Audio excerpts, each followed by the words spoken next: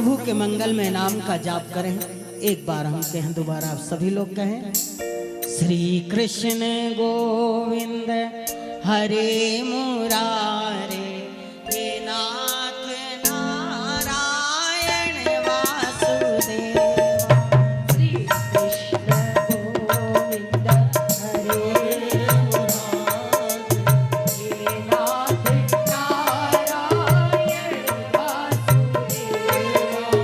जीवे पीव स्वामृत में गोविंद दामोदर माधवेति। श्री कृष्ण गोविंद हरे मुरारी, हे नाथ नारायण वासुदेव।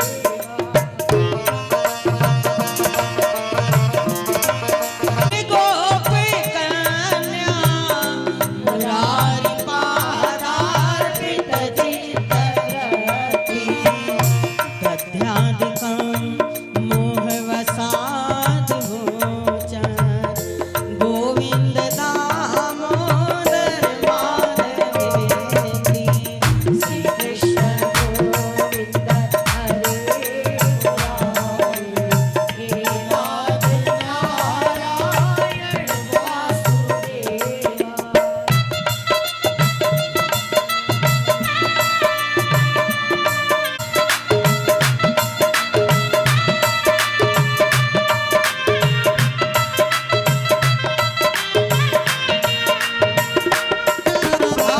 ग्रहे ग्रहे गोपवधू पदावा, सर्वे मिलित्वा समवाप्ययोगा।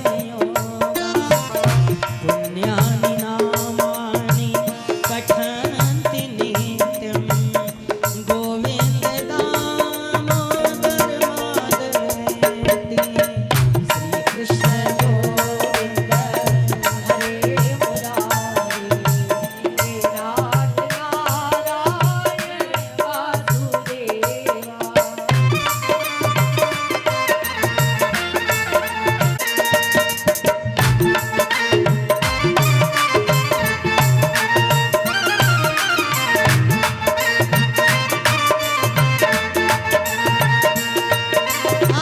सुखम सयाना निलिये निजेपि, नामानि विष्णु प्रवदन्त।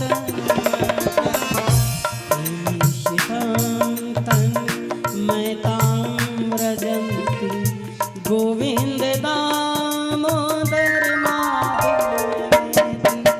जीवे गोविंद हरे मुरारी, हे नाथ नारायण वासुदेवा। जीवे सदैव भज सुंदराणि, नामानि कृष्णस्य मनोहराणि।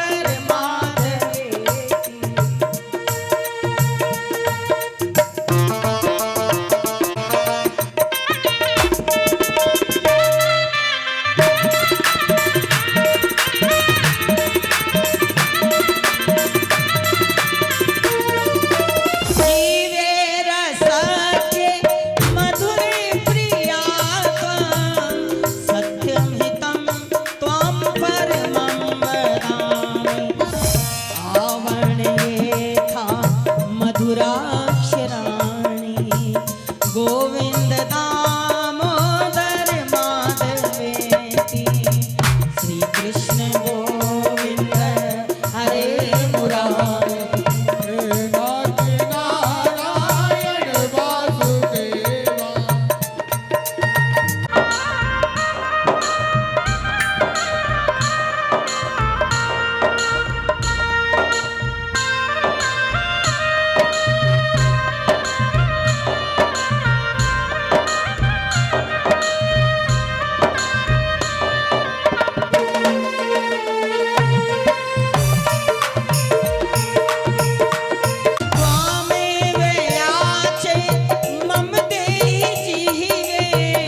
समागते दंड धरे कृतान्ते वक्तव्यमेवं मधुरं सुभक्त्या गोविन्द दामोदर माधवेति श्री कृष्ण गोविन्द हरे मुरारे हे नाथ नारायण वासुदेवा श्री कृष्ण गोविन्द हरे मुरारे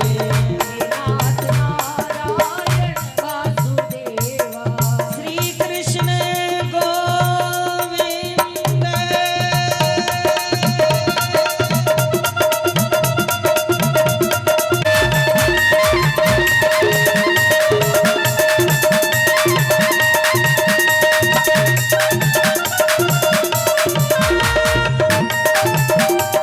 गोविंद हरे मुरारे हे नाथ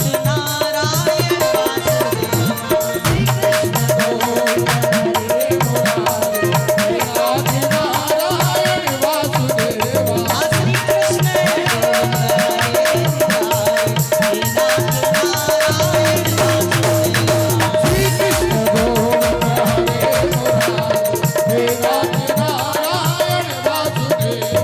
हे नाथ नारायण वासुदेवा राधे राधे राधे राधे राधे राधे राधे राधे राधे राधे राधे राधे राधे राधे राधे राधे राधे राधे राधे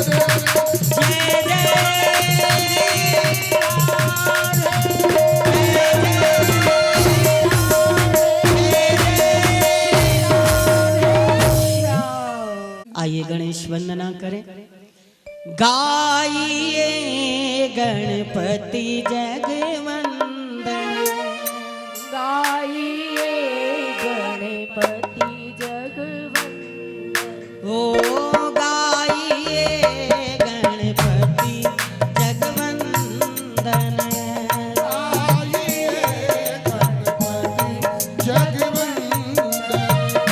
शंकर सुवन भवानी के नंदन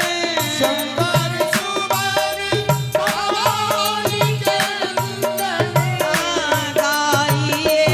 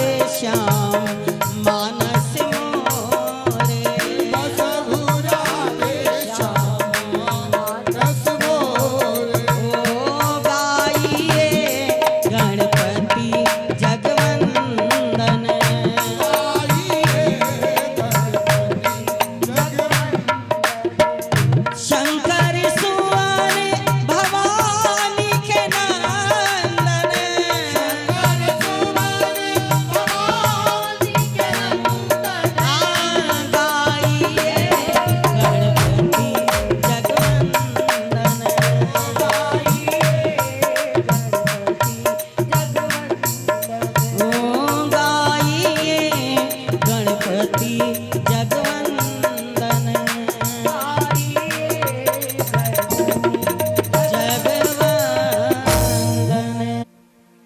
कल बड़ा सुंदर भगवान की नरसिंह अवतार और भक्त प्रहलाद के विश्वास और उनकी भक्ति और उनकी निष्ठा का, श्रद्धा का एवं भावना का साक्षात्कार हम सब ने किया। श्री सुखदेव जी कहते हैं राजन तामस मनवंतर के अंतर्गत भगवान ने बड़ा सुंदर अवतार ग्रहण किया। सहसावतीर्यो, सहसा अवतार। अचानक एक भगवान का अवतार होता है।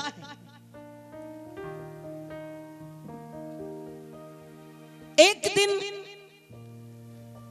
गजराज अपने अनेक परिवार, पत्नियां, पुत्र, पौत्र, सभी लोगों को लेकर के सरोवर में गया और सरोवर में जाकर के मंदमत्त होकर के स्नान कर रहा था। पानी उलीच उलीच करके फेंकना और मस्ती करना, मौज करना, इतना इतना संसार के सुख में वो रम गया कि परमात्मा को ही भूल गया। और उस सरोवर में जल उलच उलच करके डाल डाल करके नहाने लगा। भूल गया, अज्ञान के वशीभूत होकर के, भोगों में आसक्त होकर के, संसार के माया के अंदर फंस करके ईश्वर याद ही नहीं। अचानक क्या हुआ, एक ग्राह ने उसका पैर पकड़ लिया। जब ग्राह ने पैर पकड़ा तो बड़ी जोर से वो चिल्लाने लगे, बचाओ बचाओ बचाओ। कौन बचाए? बच्चों ने खींचा, नहीं पकड़ पाए, नहीं निकाल पाए। फिर परिवार ने निकालना चाहा, वो भी नहीं बचा पाए।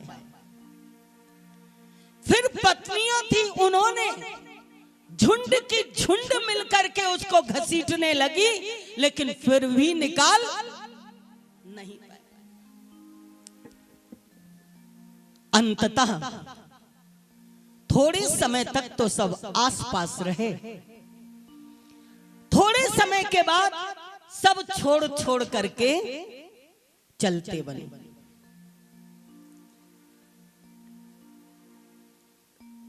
कोई उसके पास नहीं, अकेला।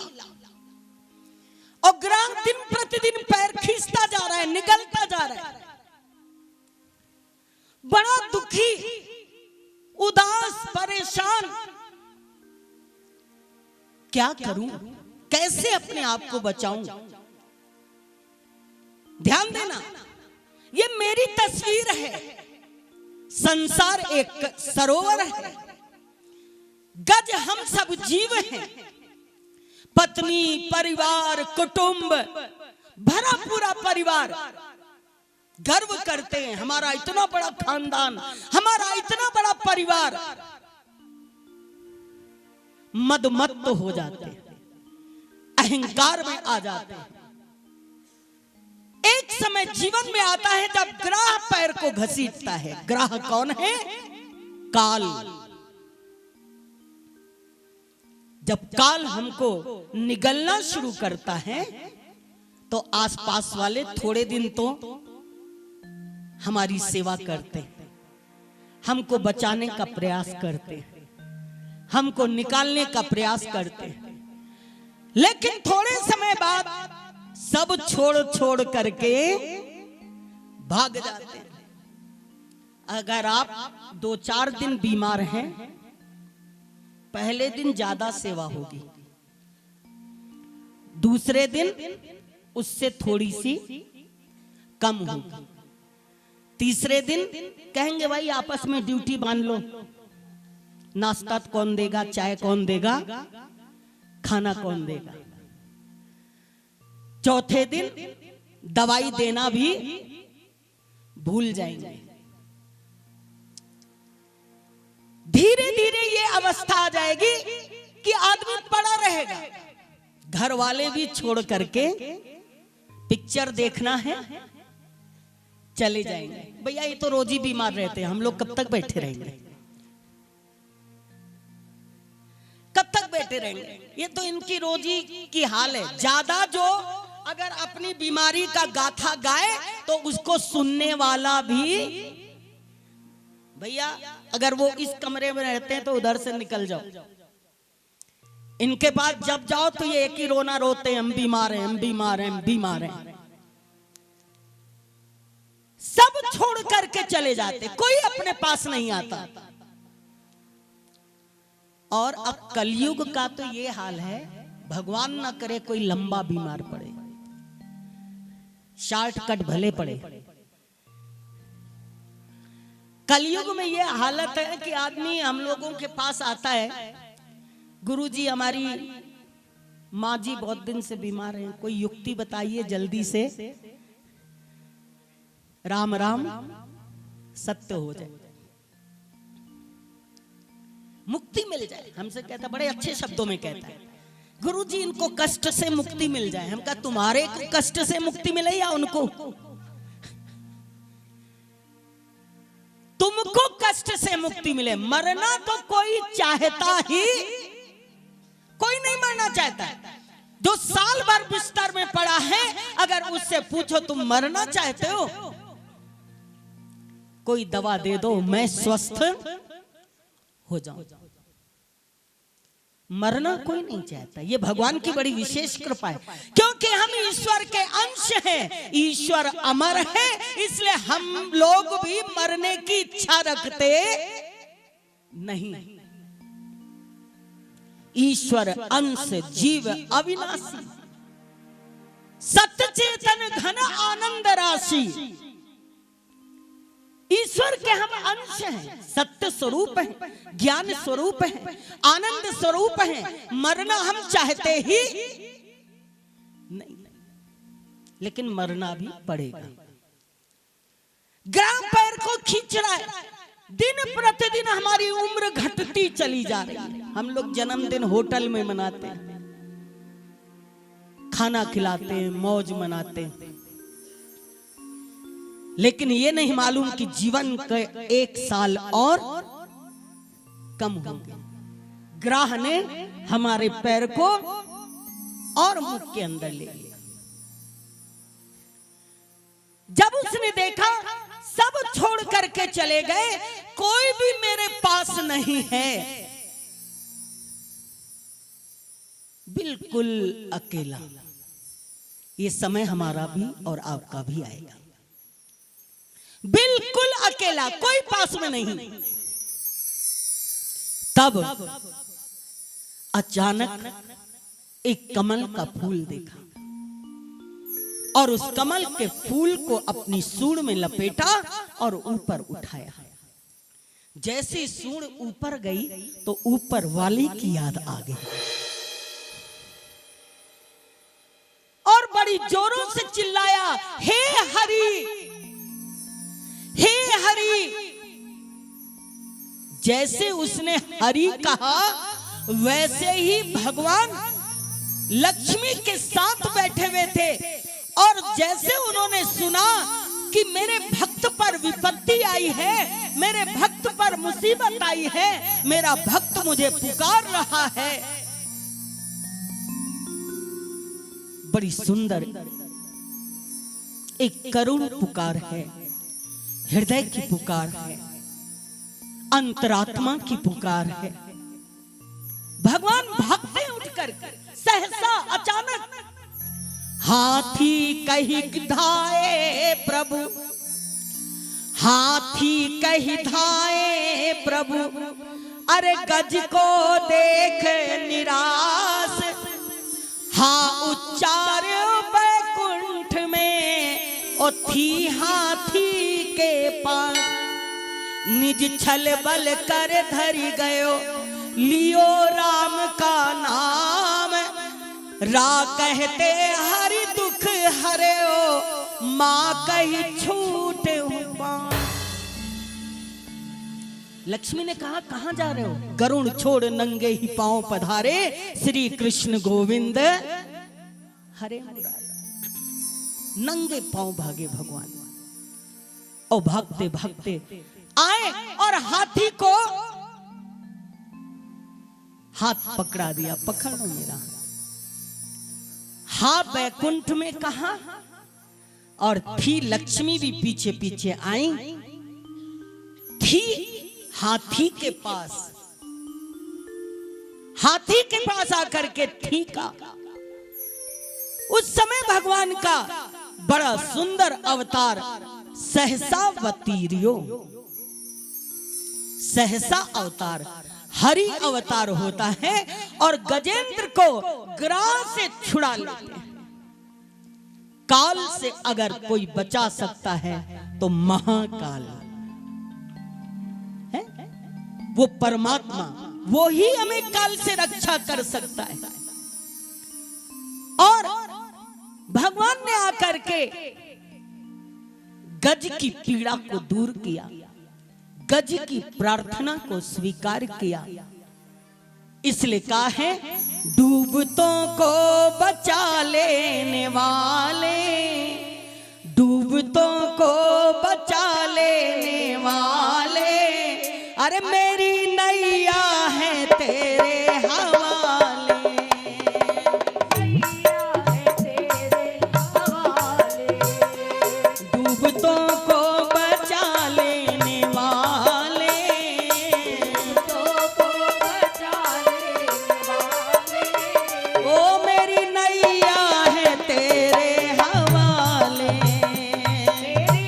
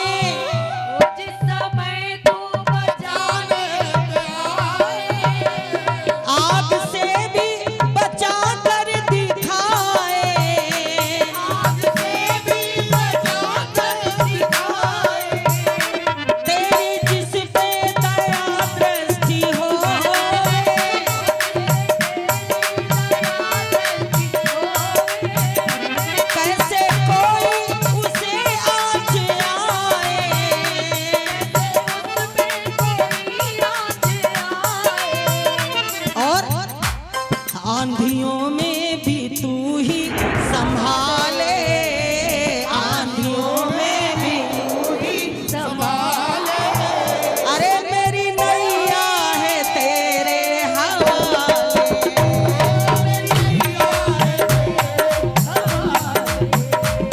किसकी नैया उसके हवाले है? सभी की।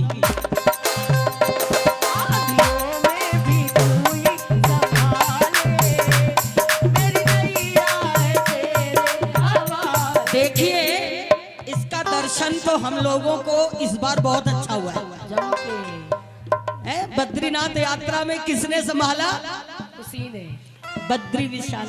हमारी अनिला डॉक्टर बैठी है ना, ये डॉक्टर हैं, सबकी सेवा कर रही हैं। बहुत बहुत धन्यवाद दीजिए तालियां बजाकर। और आश्चर्य क्या है, वैसे डॉक्टर साहब भी आने वाले थे, इनके ससुर जी हॉस्पिटल में हैं, 90 साल के। मेरे पास फोन आया, गुरुजी हम दोनों की टिकट थी लेकिन पिताजी हॉस्पिटल में हैं, क्या करें? दुनिया वाले क्या कहेंगे? क्या पड़ी है बद्रीनाथ जाने की? ससुर हॉस्पिटल में और बद्रीनाथ। ये समाज, ये संसार मुझसे कहा क्या करे? मैंने कहा एक सेवा में रहो और एक वहां पर सबकी सेवा में चलो। हमने कहा डॉक्टर साहब आप यहां पिता की सेवा करिए, और एक ही डॉक्टर है अनिला जी। मैंने कहा वहां पर इतने लोग जा रहे हैं, उनकी सेवा करना भी पिता की ही सेवा है? इतने लोगों की सेवा करना ये परमात्मा की सेवा है। मरना जीना तो ईश्वर के हाथ में है, लेकिन ये भक्त हैं, बोले गुरुजी कह रहे हैं तो मैं जरूर जाऊंगी। और ये तैयार हो गई। खुशखबरी क्या है, हम लोग इधर आए और इनके पिता को भी छुट्टी मिल गई हॉस्पिटल से। ये भगवान का चमत्कार है। आंधियों में भी तू ही बचाए, आंधियों में भी तू ही बचाए। अरे मेरी नैया है तेरे हवाले, मेरी नैया है तेरे हवाले। अरे डूबतों को बचा लेने वाले, डूबतों को बचा लेने वाले। अरे मेरी नैया है तेरे हवाले, मेरी नैया है तेरे हवाले।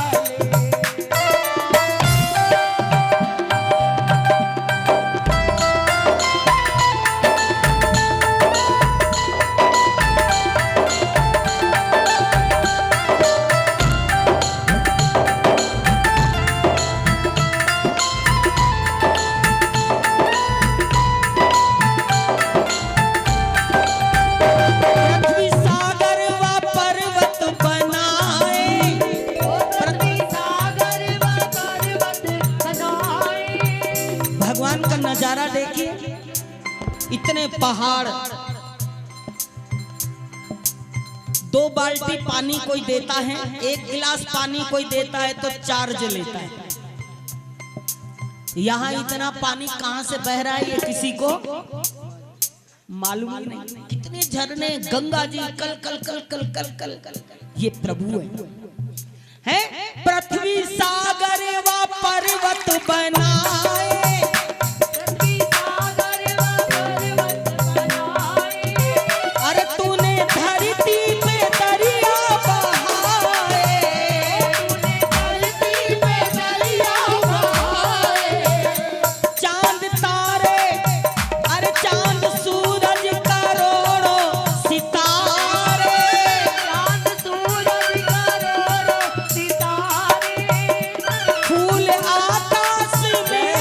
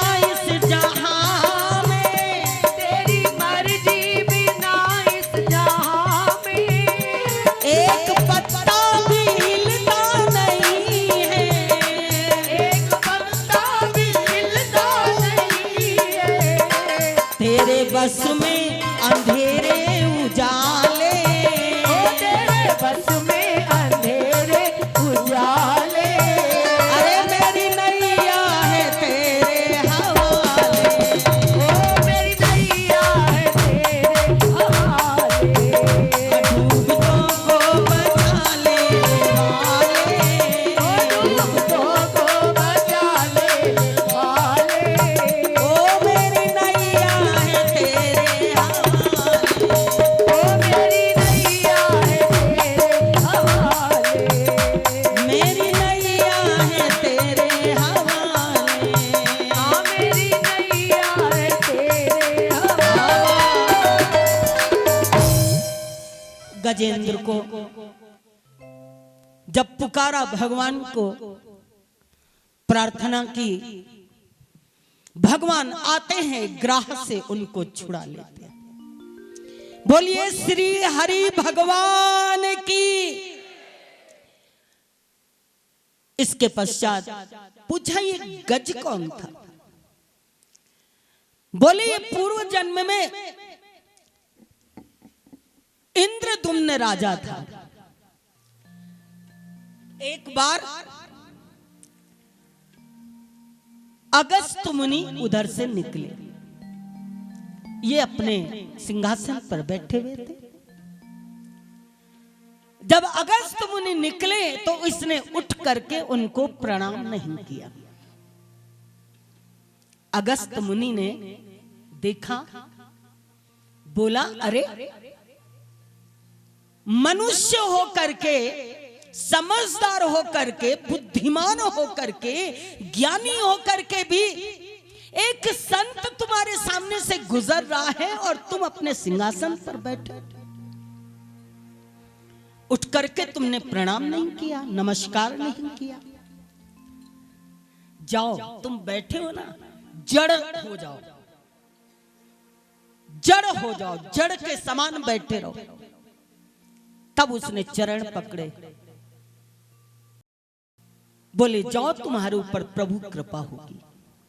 इसलिए हमारा नियम होना चाहिए, अगर संत, गुरु, ब्राह्मण, भगवान अपने से कोई बड़ा हमारे सामने से गुजरे तो खड़े हो जाओ, खड़े हो जाओ, अपना सर झुका लो, अभिवादन करो। ऐसा नहीं कि हम बैठे साहब, हम बड़े भारी वो हैं, हम इनको देख के क्यों खड़े हों। नहीं, उनके लिए ना खड़े हो, अपने धर्म को पूरा करने के लिए खड़े हो जाओ। अपने धर्म, तुम्हारा धर्म तुम्हारे साथ जाएगा, उसका धर्म उसके साथ जाएगा। बैठे नहीं रहो। ग्राह कौन था? ये पूर्व जन्म में आपका ये इतना बड़ा होकर के भी कितनी सुंदर गति प्राप्त हुई। ये पूर्व जन्म में गजेंद्र ने, राजा इंद्रदुम्न ने बहुत भक्ति की थी भगवान की। एक भूल हो गई, संत का अपमान, जिसके कारण हाथी की योनि में जाना पड़ा। आज संत कृपा, पूर्व जन्म की कमाई के कारण आज उनको भगवान की याद आ गई और गज ने मोक्ष को प्राप्त कर लिया। कहा जाता है कोई कितनी पीड़ा के अंदर हो, गजेंद्र मोक्ष का अगर पाठ करता है तो मुक्त हो जाता है। हूहू नाम का श्रेष्ठ गंधर्व था, अनेक स्त्रियों के साथ रमण कर रहा था। देवल ऋषि वहां से पधारे और उन्होंने डुबकी लगाई। जैसे उन्होंने डुबकी लगाई तो नीचे से उसने देवल ऋषि का पैर पकड़ लिया। बोले जाओ, तुमने मुझ जैसे ऋषि का अपमान किया, तुम जल के ही निवासी ग्राह हो जाओ। इसलिए संतों से मजाक भी ज्यादा करनी नहीं चाहिए। केवल कथा ना सुनिए, सीखते जाइए। कथा तो आप याद रखते। हाथी एक संत के अपमान से, ग्राह एक जो है ऋषि के अपमान से, इसलिए हम लोग सतर्क रहें। गज और ग्राह दोनों को ही भगवान मुक्त कर देते हैं। इसके बाद सुखदेव जी महाराज कहते हैं कि मैंने सुना है भगवान के 4 अवतार एक साथ हुए। बोले हाँ, ये उस समय की बात है। राजा परीक्षित ने कहा कि मैंने सुना है देवताओं को अमृत का पान कराया प्रभु ने, समुद्र का मंथन किया। बोले हाँ ऐसा हुआ है। बोले वो कैसे संभव हुआ? इस कथा रस का पान हम लोग करना चाहते हैं। बोले एक बार दुर्वासा ऋषि वैकुंठ लोक से आ रहे थे। वो एरावत हाथी पर देवराज इंद्र चढ़ करके चले जा रहे थे उधर से।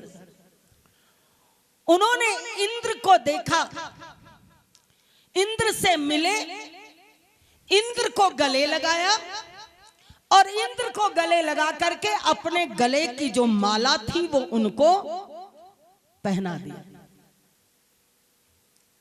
और दुर्वासा ऋषि आगे बढ़ गए। इंद्र ने क्या किया कि वो माला उतारी, उतार करके फेंक दी।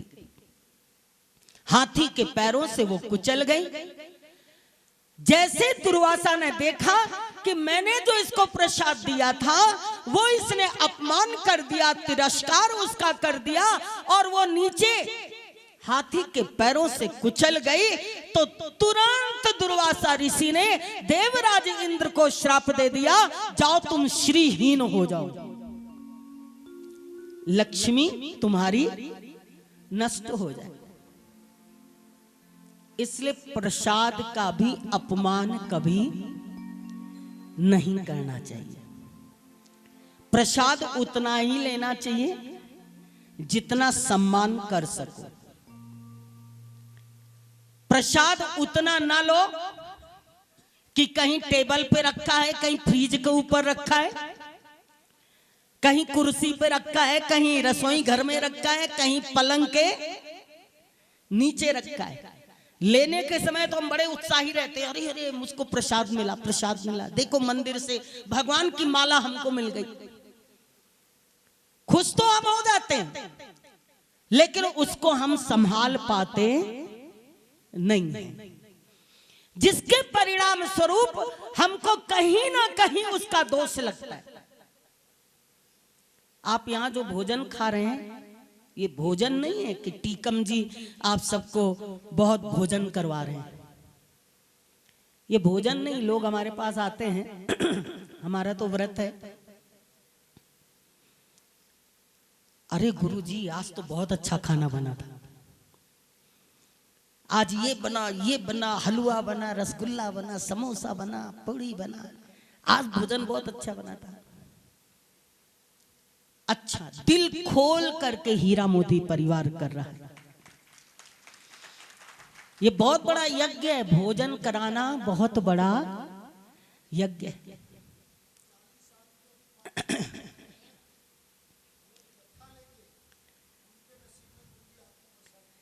वो भी उन्होंने खा लिया। तो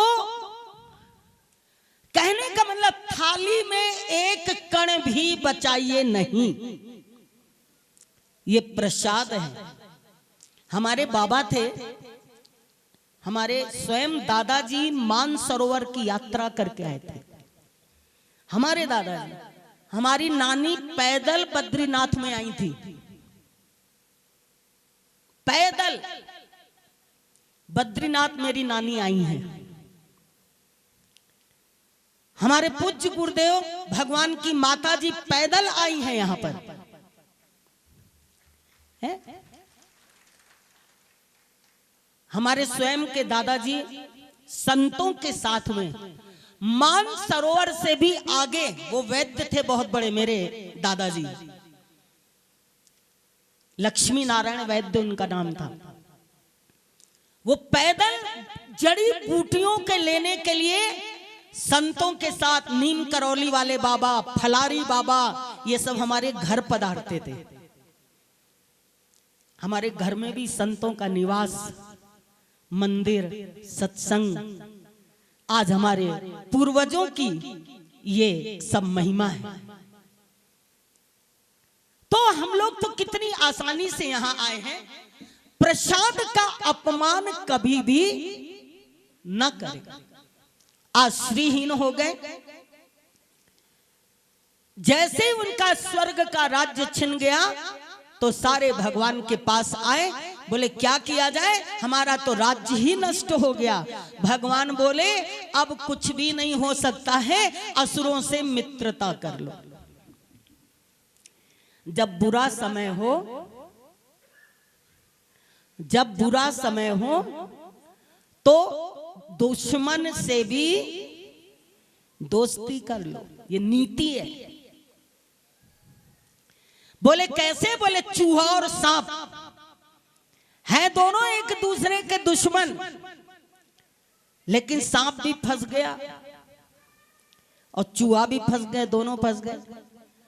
चूहा के दांत बहुत बारीक थे। बोले तुम इस जाली को काट दो, फिर हम दोनों बाहर हो जाएंगे। चूहा ने भी कहा इस समय फंसे हैं, नहीं काटेंगे तो ये सांप ही मुझको निगल जाएगा। उसने काट दिया जाली को। जब जाली काट दिया तो सांप ने चूहे को, मतलब निकल गया तो पहचानते नहीं, यूं जा रहे हैं जैसे हमें जानते नहीं है। काम हो गया। अगर तुम भी अपना काम बनाना चाहते हो तो इस समय उनसे दोस्ती कर लो। देवता और दैत्य दोनों आपस में मित्र हो जाते हैं। समुद्र मंथन की तैयारी करते हैं। मंदराचल पर्वत को लेकर के आते हैं। समुद्र में जैसे उन्होंने रखा तो वो डूबने लगा। भगवान ने तत्क्षण कच्छप अवतार को ग्रहण किया, अपनी पीठ पर मंदराचल पर्वत को धारण कर लिया। बोलो कच्छप भगवान की। और मंथन प्रारंभ हो गया। सबसे पहले नाग वासुकी का नाग बना। देवताओं को कहा तुम जो है मुख की तरफ हो जाओ, असुरों को कहा तुम पूंछ की तरफ हो जाओ। असुर कहने लगे, यहीं से पक्षपात शुरू हो गया। हमको पूंछ की तरफ, देवताओं को मुख की तरफ। भगवान से बोले देखो हम लोग नहीं करेंगे, हम कोई काम नहीं करेंगे। कुछ लोग थोड़ी थोड़ी देर में नक्शा दिखाते रहते हैं, भैया मैं ये नहीं करूंगा, अगर आप ये नहीं करोगे मैं ये नहीं करूंगा। भगवान ने कहा ऐसा है देवताओं, तुम आ जाओ पूंछ की तरफ, असुरों को कहा तुम चले जाओ मुख की तरफ। और जैसे ही मंथन शुरू किया, सबसे पहले निकला हलाहल विष, जहर। अब तो असुर घबराए, अच्छा था पूंछ की तरफ होते, जहर तो नहीं खाने को मिलता।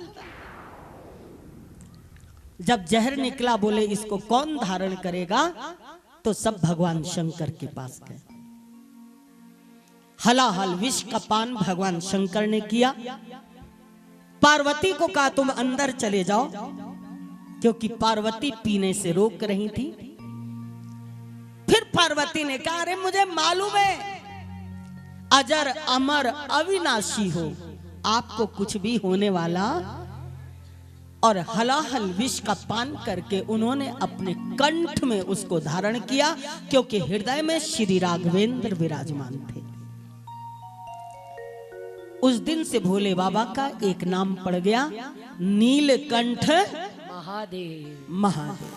बोलो भगवान शंकर की जय। उसके पश्चात गौ माता निकली, कामधेनु गाय निकली जो ऋषियों को दिया, उच्चैश्रवा नाम का घोड़ा दैत्यों को दिया, एरावत हाथी देवराज इंद्र को दिया, मणि स्वयं भगवान विष्णु ने धारण कर लिया। कल्प वृक्ष स्वर्ग की शोभा बढ़ाने वाला हुआ। शराब दैत्यों को भगवान ने दे दिया। जो शराब पीता है वो दैत्य होता है। और अप्सराएं देवताओं ने ले लिया। इसके बाद लक्ष्मी जी उसमें से प्रकट हुई तो सभी लोग उनकी तरफ भागे। जब भागे तो भगवान ने कहा लक्ष्मी को स्वतंत्र छोड़ दो, ये जिसका वरण चाहे उसका वरण कर ले। लक्ष्मी को कोई बांध नहीं सकता, लक्ष्मी को कोई पकड़ नहीं सकता, लक्ष्मी को कोई अपने पास रख नहीं सकता। कोई ये नहीं कह सकता है मैं हमेशा लक्ष्मीवान बना रहूंगा। आज लक्ष्मी जी ने सुंदर सा हार लिया। एक एक के दो व्यक्ति हैं। दुर्वासा को देखा, बोले बहुत क्रोधी हैं। भगवान शंकर को देखा, बोले हैं तो दयालु लेकिन सांप बिच्छू भस्म रमाए ये भी मेरे काम के नहीं हैं। सबको ब्रह्मा बोले इनके चार मुख हैं, इधर भी उधर भी उधर भी, जरा देर भी मैं इधर उधर अगर होना भी चाहूं तो ये चारों तरफ देखते रहते और मुझे कुछ काम छुपके भी करना पड़ेगा, इसलिए भैया इनको भी वरण नहीं करूंगी। एक एक दुर्गुण सब में था, लक्ष्मी ने किसी का वरण। अगर सर्वांग कोई सुंदर था तो भगवान विष्णु, उन्होंने जाकर के उन्हीं के गले में माला, बोलो लक्ष्मी नारायण भगवान की जय, लक्ष्मी नारायण भगवान की जय। और भगवान ने लक्ष्मी ने उनका वरण किया। उसके पश्चात धन्वंतरी अमृत का कलश लेकर के प्रकट हुए। जैसे ही अमृत का कलश लेकर के धन्वंतरी आए, दैत्यों ने अमृत का कलश छीन लिया। जब अमृत का कलश छीन लिया तो देवता बड़े घबराए, अब तो ये असुर ही अमर हो जाएंगे। तब वो सारे लोग भगवान की तरफ देखने लगे कि प्रभु अब आप ही रक्षा करो, और कोई मेरी रक्षा करने में समर्थ नहीं है। तब आगे आइए, आगे व्यास जी महाराज।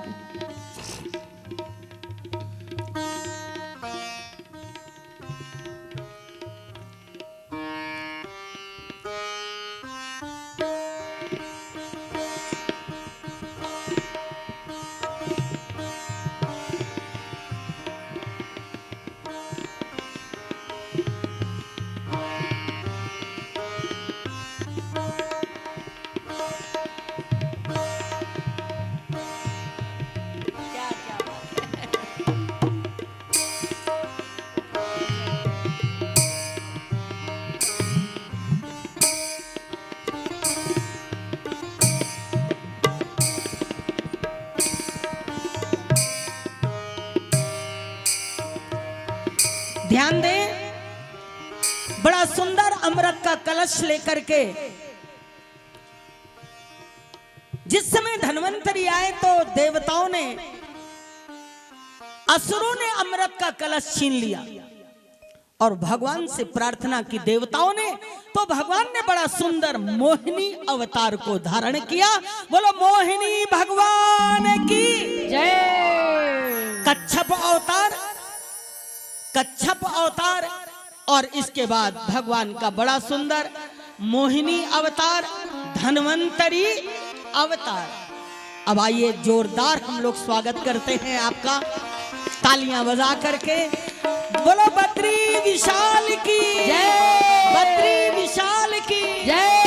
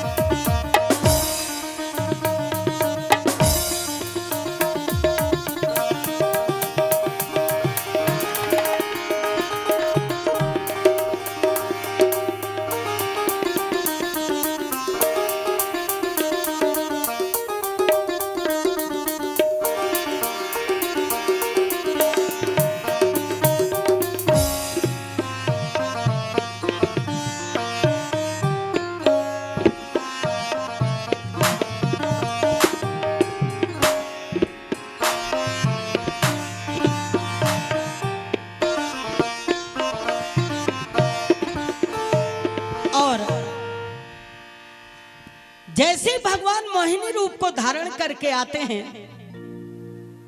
एक तो भगवान वैसे ही सुंदर, एक तो प्रभु वैसे ही बहुत सुंदर, और जब सुंदर रूप धारण कर ले तो कितने सुंदर होंगे, इसकी कल्पना आप नहीं कर सकते। इतने सुंदर, जैसे वो सबके बीच में उपस्थित हुए तो सारे असुरों का ध्यान उनकी तरफ चला गया और अमृत से उनका ध्यान हट गया। जब हमको ध्यान दीजिएगा, बड़ी मार्मिक स्थली है। जब जीवन में कभी भी हमको अमृत प्राप्त होने वाला होता है तो कोई ना कोई मोहिनी बीच में प्रकट हो जाती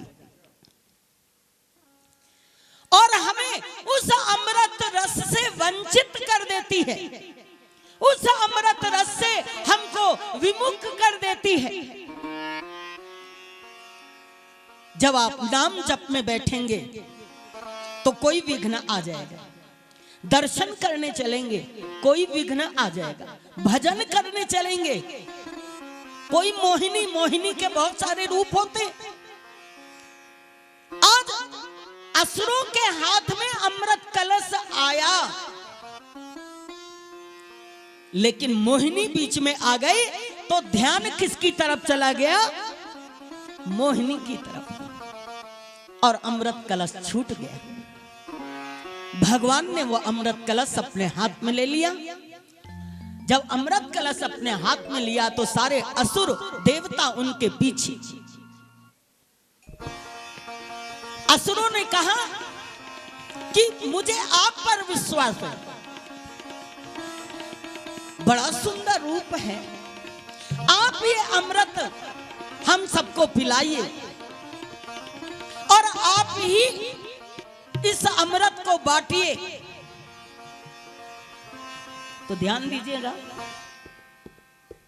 भगवान मोहिनी रूप में कहते हैं देखो ये बांटने वाला काम मैं नहीं करूंगा, बांटने वाला काम बहुत खराब होता है,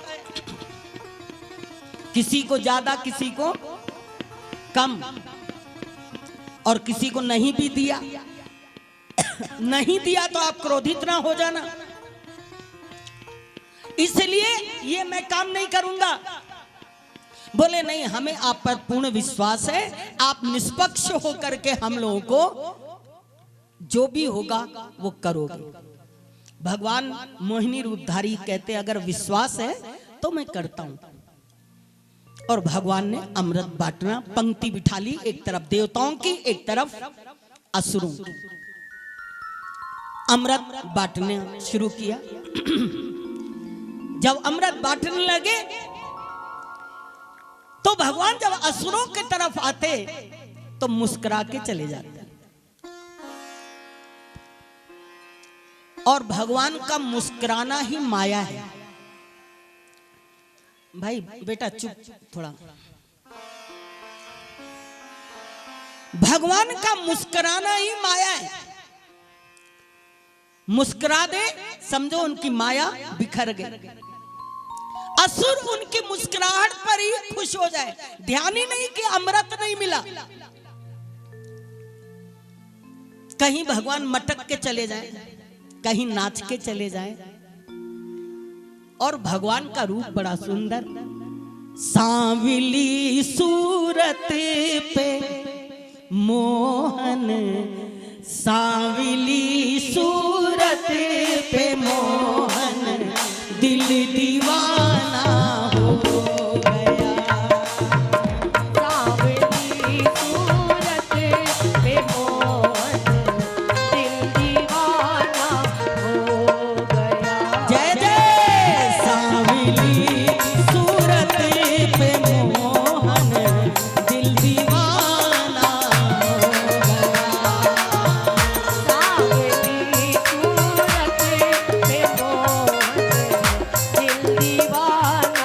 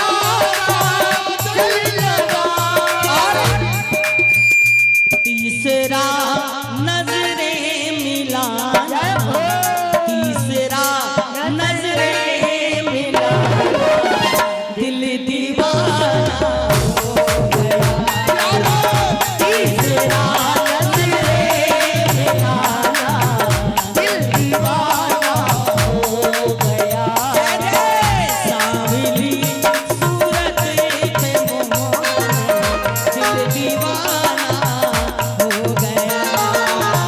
सावरी सूरत पे मोहन दिल दीवाना हो गया।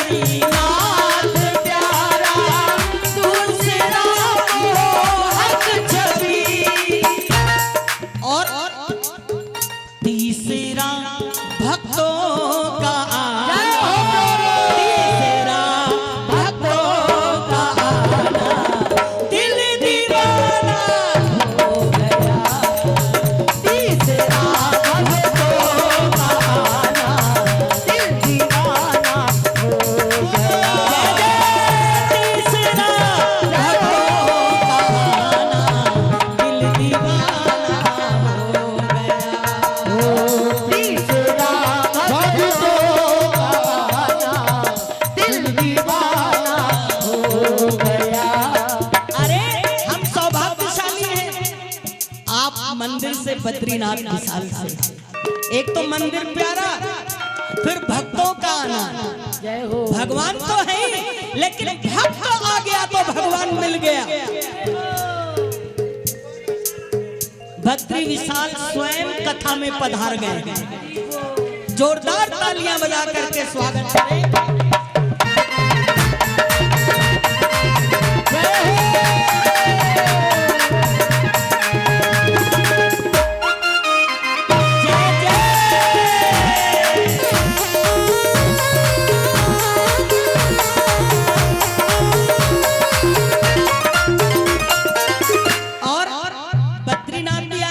यमुनोत्री से भी पधारे हैं और आज आपका जन्मदिन भी है। बहुत जोरदार तालियां बजाएं।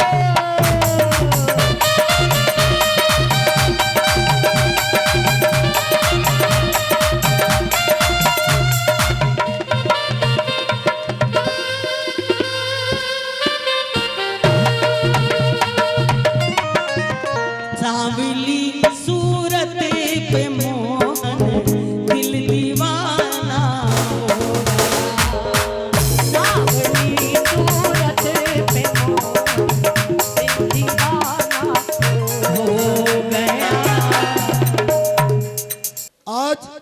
हम लोग सौभाग्यशाली हैं कि हमारी कथा में कृष्ण भगवान का जन्म होगा। दूसरा, जो गुरुजी कथा बोलते हैं वो इस पुस्तक गुरुजी की मेहनत से, गुरुजी की आशीर्वाद से और हमारे स्वामी जी की आशीर्वाद से बनाया है। जो हिंदी पढ़ सकते हैं, आज उसका विमोचन बद्री नारायण मंदिर के महंत करेंगे और हम सबको बद्री नारायण यहाँ आकर के आ गए आशीर्वाद देंगे। तीसरा, आप सब भाग्यशाली हैं कि विदेश से 40 लोगों का जत्था, 40 लोग, जोरदार तालियां, हमारी कथा में आए हैं। उनका भी गुरुजी से बाद में स्वागत कराएंगे। गुरुजी के पास समय कम है, लेकिन बद्री विशाल सब पार करेगा। इस बुक का विमोचन हमारे गुरुजी, भैया जी और बद्री विशाल के हमारे महंत जी और हमारे पंडा, वो सब मिलकर के करेंगे। जो हिंदी पढ़ेंगे वो अपना नाम लिखा लेना, उनको दे दिया जाएगा। अवतारी महापुरुष भगवान भोलानाथ जी महाराज जी के विशेष कृपा पात्र शिष्य थे हमारे गुरुदेव संत ईश्वर प्रेम जी महाराज और माता जी माँ कृष्णमयी जी। महाराज जी ब्रह्मनिष्ठ महापुरुष और माता जी कीर्तन योग की सिद्ध थीं। आपके सामने जो श्री महंत पीठाधीश्वर ईश्वर प्रेम आश्रम श्री महंत संत भक्ति प्रिया जी बैठी हुई हैं, जिनको मालवा के संतों ने मालवा खंड मार्तंड भागवत भूषण की उपाधि दी है। आपको नेपाल सरकार ने समाज में समाज सेवा के कार्य करने के लिए इंडो नेपाल रत्न से भी विभूषित किया है। आपकी कथा विभिन्न जगहों पर होती है। टीकम जी ने चारों धामों में कथा कराई, ये चौथा धाम है। परमात्मा मनुष्य जीवन जिस लिए जीव लेता है, जिस लक्ष्य के लिए लेता है, टीकम जी का लक्ष्य परमात्मा अवश्य पूरा करे, ऐसा हमारा ईश्वर प्रेमाश्रम के साधु संतों की तरफ से परमात्मा से प्रार्थना है। आपकी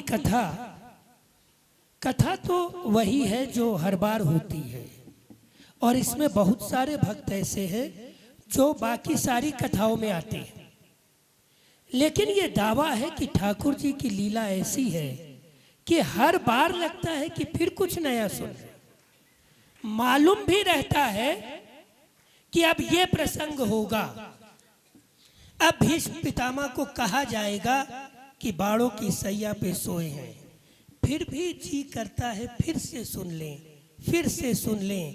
ये बार बार सुनने की जो इच्छा होती है, ये भगवान की जिस पर कृपा होती है, वही भगवान की कथा को सुनने के रस को बार बार सुनना चाहता है और उसे बार बार वो नहीं लगती है। अन्यथा ये एक उपन्यास हो जाता, एक बार पढ़ा फेंक दिया। नहीं, ये बार बार ऐसा ही लगता है। कई लोगों ने गुरुजी से कहा कि आपके कैसेट तो हम सुनते ही हैं, हमको आपके द्वारा लिखी हुई कथा भी मिल जाए। भागवत दुनिया में दोबारा कोई नहीं लिख सकता, ये परम सत्य है। ये व्यास जी ने लिख दिया है और सुखदेव जी ने बहुत सुंदर बोल दिया है। लेकिन हम लोग समाज में जहाँ तक इस सनातन धर्म के संस्कार को जिन हृदयों तक पहुँचा सके उसका प्रयास करते हैं। टीकम जी हर कथा में कुछ ना कुछ छपवा के अपनी तरफ से सब लोगों को देते हैं, प्रयास करते हैं। इस बार गुरुजी ने कहा कि लोगों की मांग है तो क्यों ना 7 दिन की भागवत कथा ही दे दी जाए। और टीकम जी ने, अब कथा है उसमें मेहनत तो बहुतों की है, सुनने वालों की भी है, सुनाने वालों की भी है। जो भंडारा खा रहे उनकी भी मेहनत, अगर ना खाएं तो इतना भंडारे का करेंगे क्या। इस कथा में सबकी मेहनत है। ये अनावश्यक हमको अहंकारी बनाने का प्रयास कर रहे हैं, हमारा कुछ नहीं है इसमें। ये 7 दिन जैसे गुरुजी कथा बोलते हैं वही कथा है, लेकिन हम दावे के साथ कह सकते हैं ये पुस्तक किसी को दे दीजिए और उससे 7 दिन की कथा करवा लीजिए, लेकिन जो रस आपको इनकी वाणी से मिलेगा इस पृथ्वी लोक पर किसी से नहीं मिलेगा। क्योंकि इनकी सरस्वती सिद्ध है, इनके कंठ में ये नहीं बोलते हैं, कोई और बोलता है। इसलिए पुस्तक पढ़ने के लिए सब लोग पढ़ें, कथा करें, लेकिन रस अगर लेना है तो वो केवल यही मिलेगा, बाकी जगह नहीं मिलेगा। नर नारायण के दरबार में पहुंचकर बद्रीनाथ जी की तस्वीर घर ले जाइए, मूर्ति ले की फोटो खींच लीजिए, मंदिर ले जाइए, सब नज़ारे देख के ले जाइए, लेकिन एक बार यहाँ मंदिर में उनके सामने खड़े होके ओम नमो नारायणाय कहने का जो फल है वो आपके घर में नहीं मिलेगा उस मूर्ति के साथ। तो ये हम सबका सौभाग्य है कि हमें ये भागवत कथा जो सुनने को मिल रही है वो पढ़ने को भी मिलेगी। इस कथा में आपका छोटा सा जीवन चरित्र हमने लिखा है, जिससे आपको थोड़ी सी जानकारी भी मिलेगी। ईश्वर प्रेम मिशन की मुख्य शाखा इलाहाबाद में है, प्रयागराज में। उसके बाद भारतवर्ष में 25 शाखाएं हैं। समाज सेवा का कार्य करने के लिए माँ कृष्णमयी संस्कृत विद्यापीठ जो निःशुल्क रहवासी विद्यालय है बच्चों के लिए, वहीं के ब्राह्मण यहाँ आपके जो पूजा पाठ हो रही है वो करवा रहे हैं। उन बच्चों के पढ़ने लिखने रहने का पूरा प्रबंध गुरुजी करते हैं आप सबके सहयोग से। ईश्वर प्रेम Vidya Mandir CBSE higher secondary school Indore में है। ईश्वर प्रेम विद्या मंदिर इंटर कॉलेज इलाहाबाद में है। ईश्वर प्रेम किड्स केयर इंदौर में है। योग केंद्र संत भक्ति प्रिया योग केंद्र ये इंदौर में है, जो केवल महिलाओं के लिए है। गौ सेवा इंदौर में है, जो आप सबके सहयोग से चलती है। ईश्वर प्रेम मिशन ने आपके लिए एक व्यवस्था बना रखी है, 5100 रुपए देकर एक बार मेंबर बन जाइए। जब तक संस्कृत विद्यालय रहेगा, आपका कोई एक पुण्य कर्म, आपका जन्मदिन हो, आपकी विवाह की वर्षगांठ हो, या आपके बड़े बूढ़ों की पुण्यतिथि हो, आप हमारे पास उनकी डिटेल लिखा दें, 5100 रुपये जमा कर दें।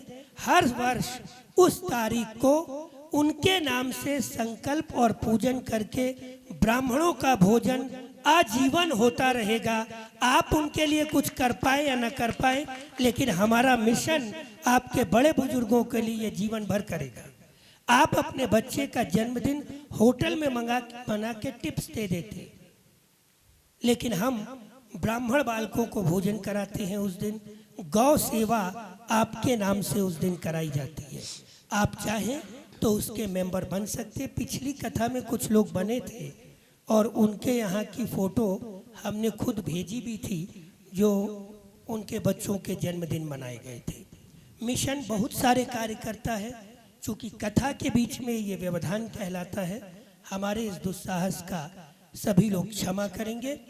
और आगे ये पुस्तक का विमोचन गुरुजी, हीरा मोती परिवार और श्री बद्रीनाथ धाम मंदिर के पुजारी जी सब लोग मिलके करेंगे आप सभी के सामने।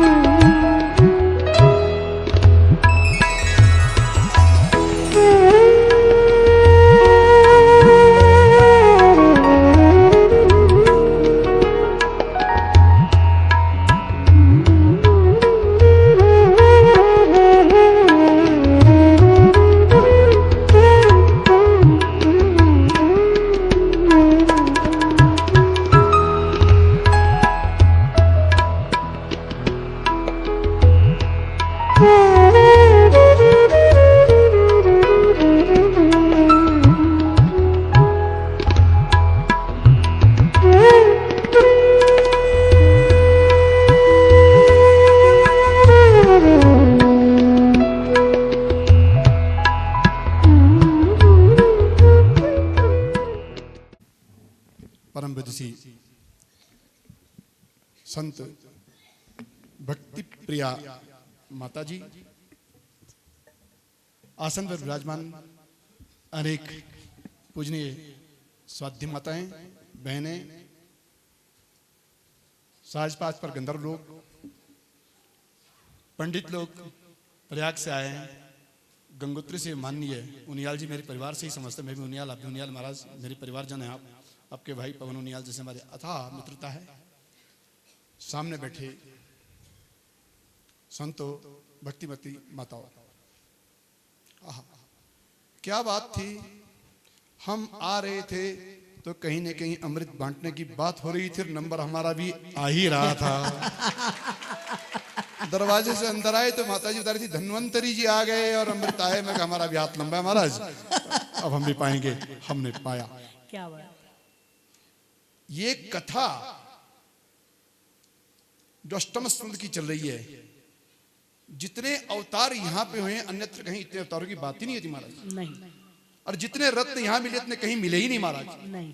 श्रीमणि रंभा वारुणी अमी शंख गजराज और कल्पद्रुम शशिधेनु धनु धन्वंतरि विशिवाज धन्वंतरि विशिवाज लक्ष्मी कौस्तुभ पारिजातक सुरा धन्वंतरि चंद्रमा धेनु काम सुगा सुरेश्वर गजौ रंभादि देवांगना अश्व सप्तमुख विषम हरिधनो शंको मृदम चामुदे रत्नानीति चतुर्दिशं प्रतिदिनं कुर्वन्तु नो मंगलम।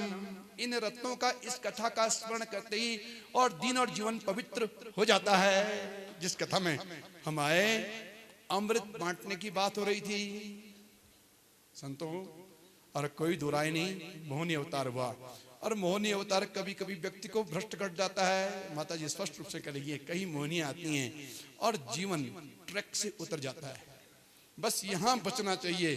मोहिनी ने स्वयं देवताओं को कहा इधर बैठो, राक्षसों को इधर बैठो। अहम पूर्व भागवत साक्षी पहले में बोले ठीक है पतला पतला राक्षसों को पिलाते रहे, मोटा मोटा देवताओं को पिलाएंगे, नीचे का मोटा मोटा अमृत देवताओं को पिलाएंगे। देवताओं ने पिया। इसमें पात्रता होनी चाहिए बाबा, अमृत का पात्र है कौन? और हमने सुना अमृत शेरनी का दूध किसी सोने के पात्र में ही ठहरता है, अन्यत्र नहीं ठहरता है। इसके लिए सोने का पात्र बनना पड़ता है और तब ये अमृत ठहर पाएगा।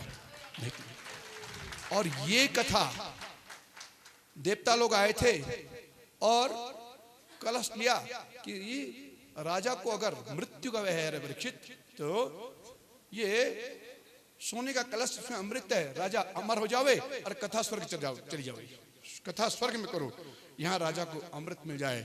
नहीं ये चीज यहाँ मिलेगी। भगवान की वाणी है वहां पे, वह कथा को स्वथा लोके वह काचक मणिर महान। जैसे कांच और हीरे में अंतर होता है, ऐसी कथा और अमृत में अंतर है। कदाचित एक राजा अमृत पीवेगा, अमर हो जावे, लेकिन ये कथा दुनिया पिएगी, अमृत होती रहेगी, मुक्त होती रहेगी। ये कथा अमृत है बाबा। और इस कथा के लिए गोपियों के स्वयं वचन है कि तव कथा अमृतम तप्त जीवनम कविरीडितम कलमशापहम श्रवण मंगलम श्रीमदाततम भुवि गृह्णन्ति ते भूरिदा जना तव कथा अमृतम। राजा तेरी कथा अमृत है, तव कथा अमृतम, अमृत है कथा। तो जिस कथा को आप सुन रहे हैं कोई सामान्य कथा नहीं है। जैसे महाराज जी बता रहे थे कि कथा तो एक जैसी होती है, लेकिन उसका पुट, उसके समझने की बात, और ये कथा वो कथा है। राजा परीक्षित कहता है कि कदाचित बाबा मुझे मृत्यु का डर था, मरने का डर था, लेकिन अब वो डर मिट चुका है, अब नहीं है, मुझे दवा मिल गई। निवृत्त तरसे रूप की यमानात भवो श्रदात, बहुरूपी सागर से पार जाने के लिए औषधि।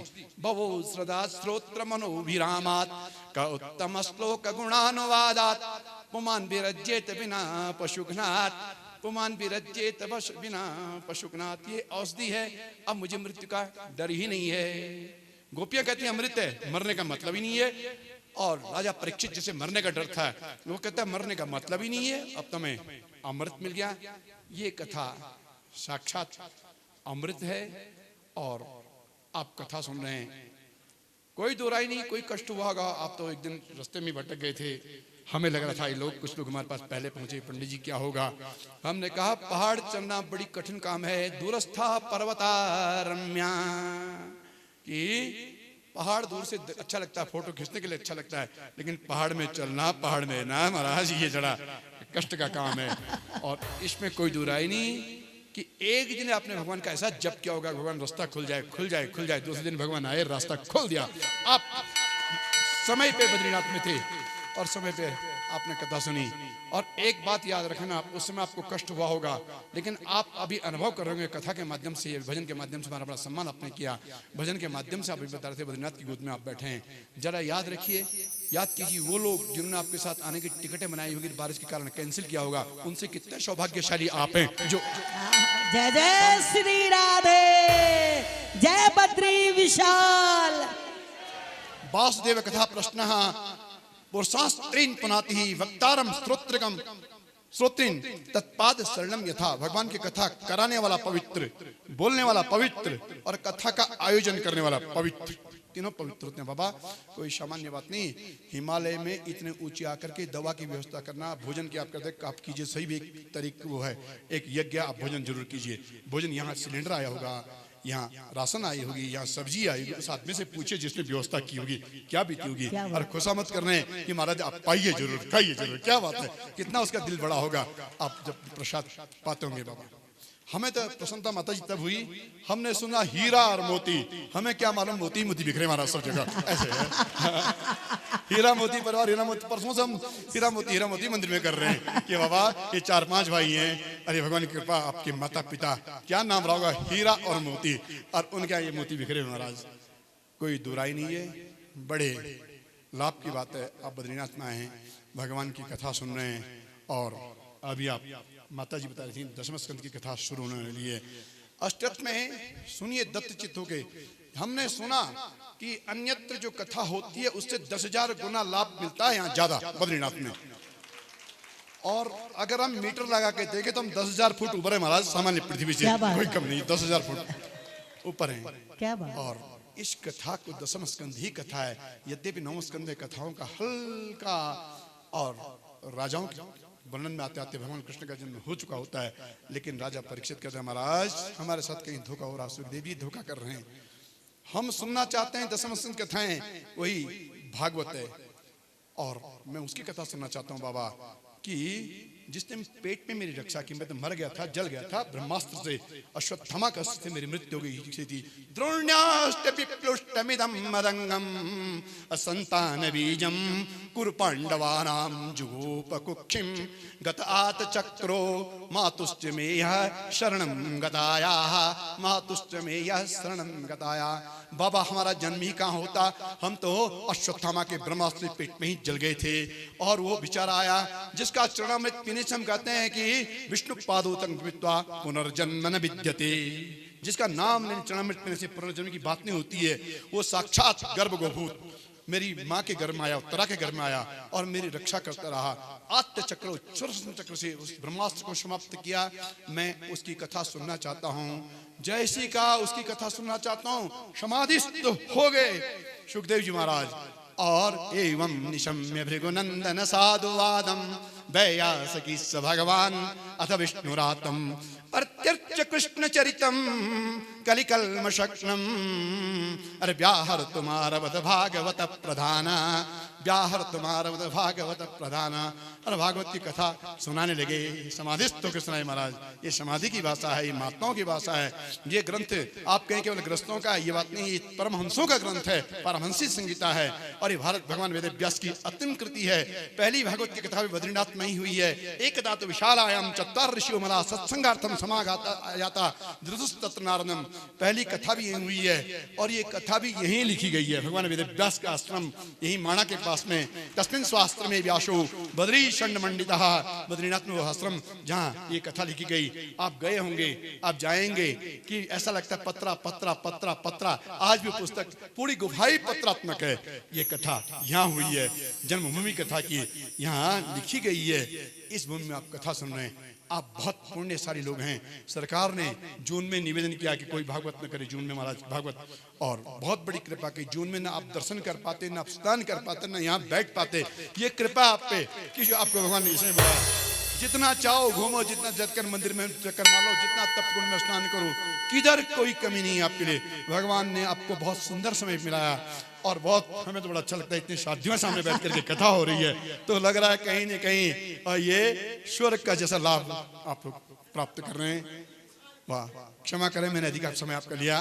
और माता जी आपने हमारा बहुत सम्मान किया है भजन के माध्यम से कि भगवान बद्रीनाथ आए, भजन के माध्यम से कि भगवान ने भक्तों को भेजा है। हम तो फूल के कुप्पा हो गए थे, तोड़ने लगे थे। इस बात का आप सबके लिए बहुत बहुत धन्यवाद। बोलिए भगवान बद्री विशाल की जय, श्रीमद् भागवत महापुराण की जय, भक्ति प्रिया माता जी की जय।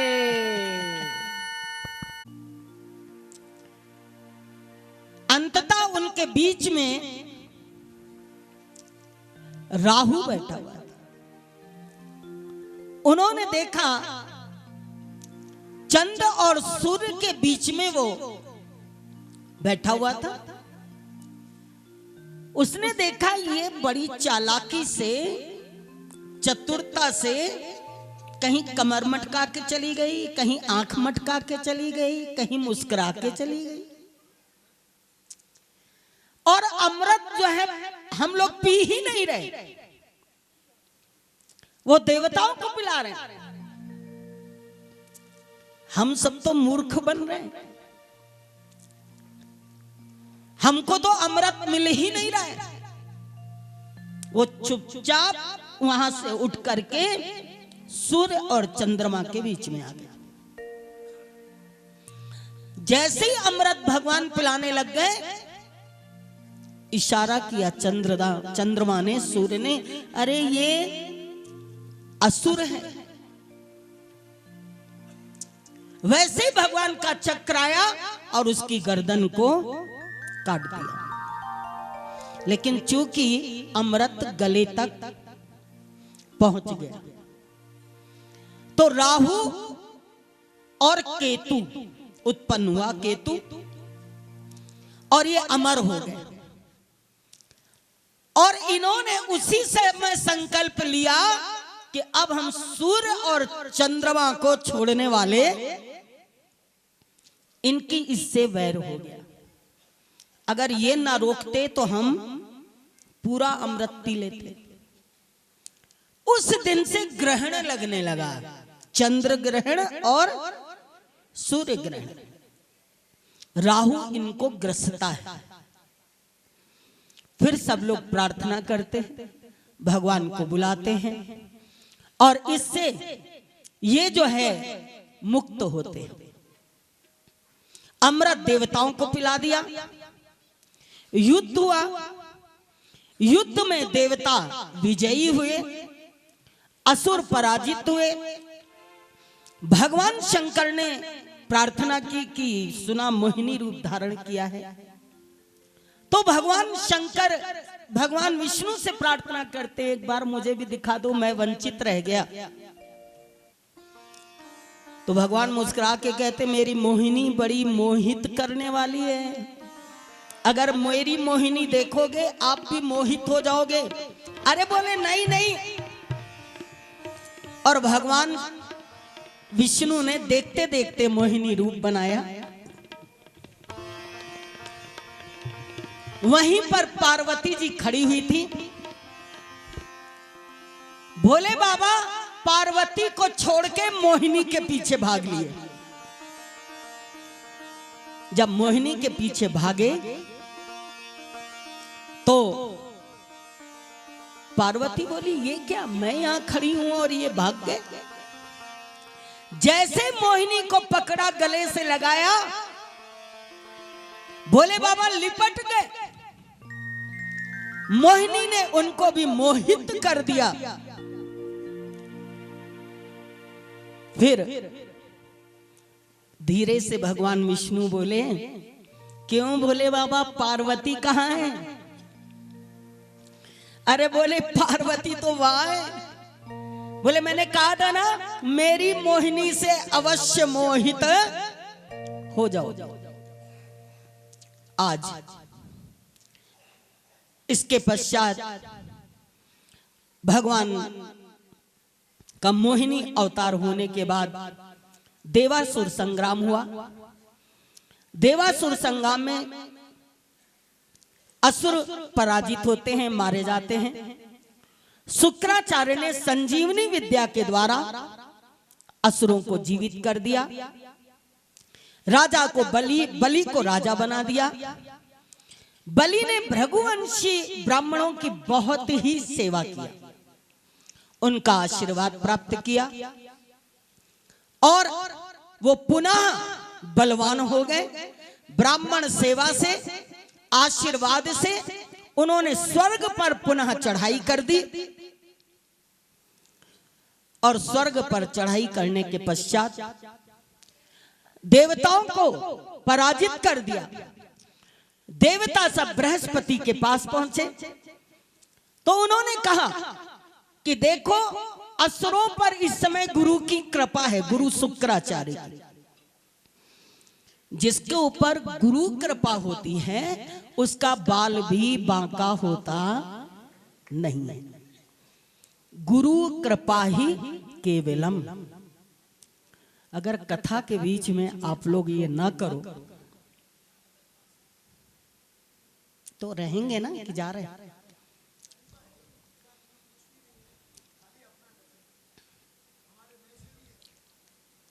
चलिए, आप सभी का बहुत बहुत बहुत प्रभु की तरफ से आशीर्वाद कि आप इतनी दूर से बद्री विशाल ने आपको बुलाया है।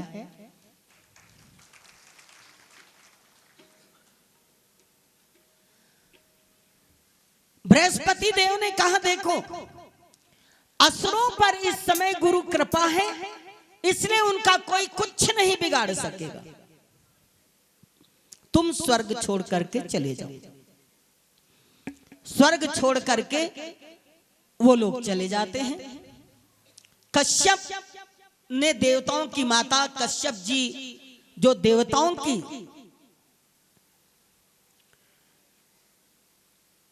माता अदिति, पुत्र के दुख से दुखी हो जाती है, उनके पुत्र पराजित हो जाते हैं। तब भगवान की आराधना की, उनको पयोव्रत अनुष्ठान बताया गया। उस अनुष्ठान के द्वारा माता अदिति ने अपने व्रत को पूर्ण किया और भगवान उन पर प्रसन्न हुए और प्रसन्न होकर के उन्होंने कहा कि आप घबराए नहीं, मैं आपके गर्भ से संतान के रूप में आऊंगा, आपका पुत्र बनूंगा। और बड़ा सुंदर भगवान का अवतार होता है। भादौ का महीना है, शुक्ल पक्ष है, द्वादशी तिथि है।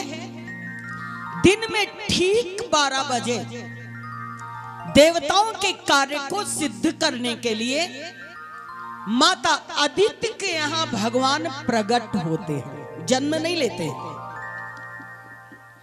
प्रकट होते हैं। बोलो भगवान वामन की जय। और प्रकट होकर के सभी देवताओं के मन में हर्ष उत्पन्न हो जाता है।